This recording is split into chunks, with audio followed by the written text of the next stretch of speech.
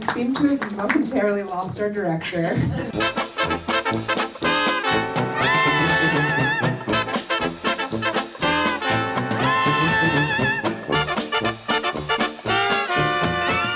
Is that him? Oh, great. Wow, Yes, you made perfect. it. You made it. And this is Justin Kelly, the director of the film. You guys are so fast. I absolutely love this film. I think it's so amazing how you document, the personal journey of this person that gets like thrown into this idea of celebrity, and of course, they're being consumed by it, and they want to keep going with it because it's intoxicating. It's a drug. So, how did you decide to capture it this way? How did you begin to work on this together? Let's talk about that. I met Savannah in 2008 or so, right after the memoir came out. And I lived in San Francisco during the kind of rise and fall of the entire JT saga. So it was was always obsessed with the books, the story, and then eventually the unveiling that it wasn't what we all thought it was. And when I read the memoir, I thought it would make an incredible film because no one knew how they pulled it off and why, and the memoir kind of revealed everything. And a lot of things that I've worked on have dealt with like queer identity and issues of people kind of like trying to be someone else or be perceived as someone else. So I thought it'd make it for a great film, and I got lucky that Savannah let us work together. We chose to tell it from one person's perspective, and we had access to that one person's perspective.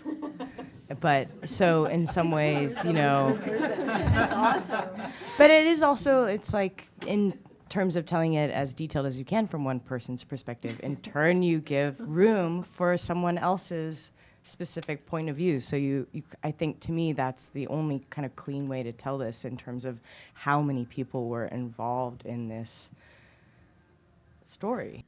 And Diane, your character is loosely based on Aja Argento.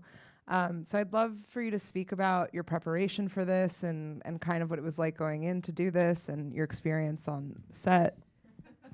I just thought that this character was interesting because she's so manipulative and she's so what is ugly about celebrity culture.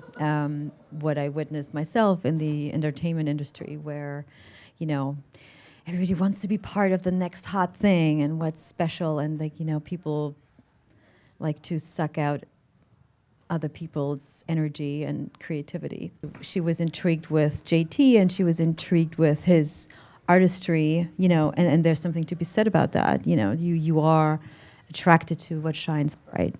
That's what I was attracted to in this character. However, I love that character for all its flaws, I think, that's what I was trying to say. Well, that's what's so interesting. I think every character in this film is so flawed, and you see the duality of human, like the light and the dark, right? And it's in every character. Between. Right, yeah. And so it's very interesting watching Laura Dern play Laura in this film and basically how she transitions kind of, and she starts off so pure in this way, like just wanting to peddle her art and sell it and get it out there.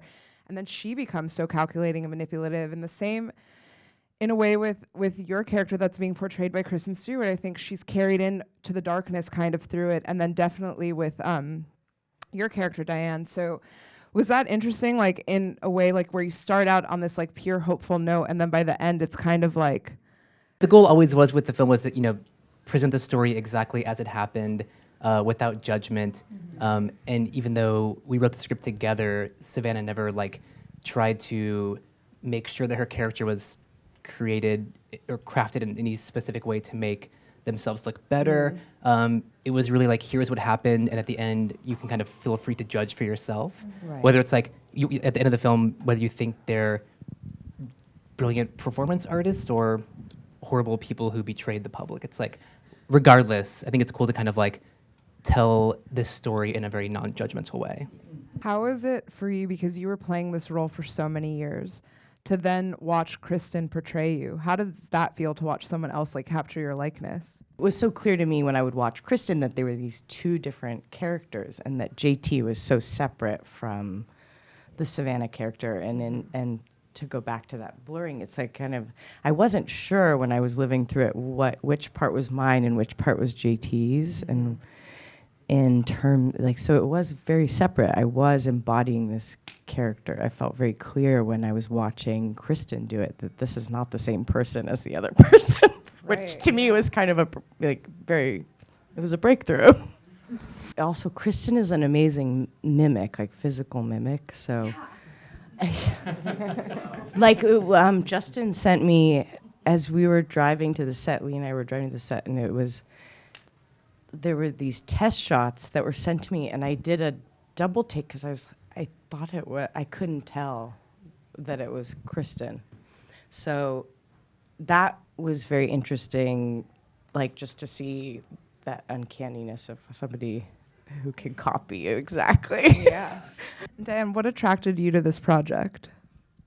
Well, the story, really the story, the character, I think I love characters that are flawed, obviously, and I thought this was a pretty outrageous character to play. The story, and knowing that Savannah was part of it, that it was her story. Justin, obviously, because I'd loved his films, and it was just one of those, and the actors, it was just the perfect storm. I also think it's so interesting that if this happened now, I don't think anyone would have cared because of all of Instagram and because all of us like using avatars and misrepresenting ourselves on social media. So it's so interesting that at this like pinnacle in time, this was such a thing. And I feel like it definitely changed the trajectory of your life. So I'm curious, how did this inspire your own writing career and everything that you're doing now? And how has it like been, because now this is like 10, 15 years behind us. So 20 years 20 years, behind. right, yeah. So if you want to talk about that. To me, in the experience, it was always really muddy which part was I owed to this experience and which part was mine.